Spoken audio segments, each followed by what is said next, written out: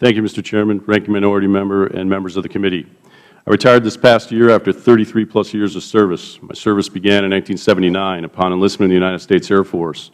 It's also been my honor and privilege to serve as an officer since earning my commission in 1985.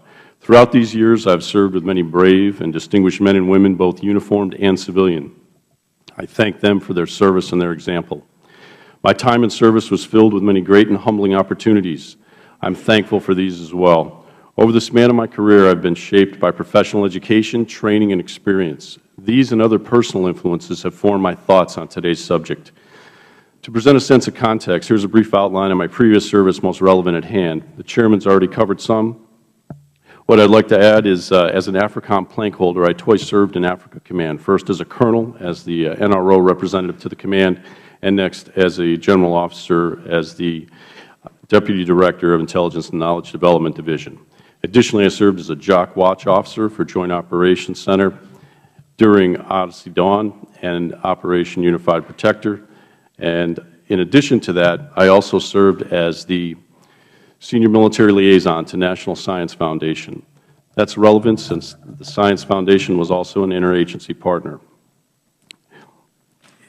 That greatly influenced my views on how interagency partnership works.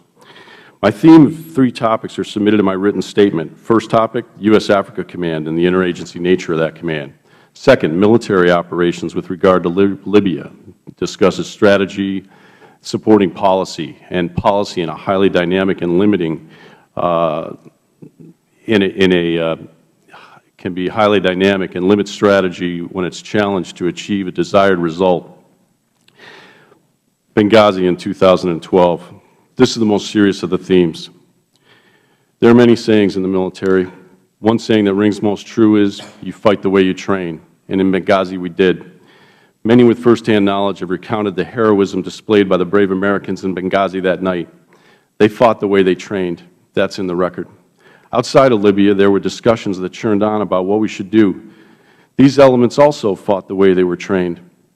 Specifically, the predisposition to interagency influence had the military structure in the spirit of expeditionary government support, waiting for a request for assistance from the State Department. There are accounts of time, space, and capability, discussions of the question, could we have gotten there in time to make a difference? Well, the discussion is not could or could not of time, space, and capability. The point is we should have tried. As another saying goes, always move to the sound of the guns. We didn't know how long this would last when we became aware of the distress, nor did we completely understand what we had in front of us, be it a kidnapping, rescue, recovery, protracted hostile engagement, or any or all of the above. But what we did know quite early on was that this was a hostile action.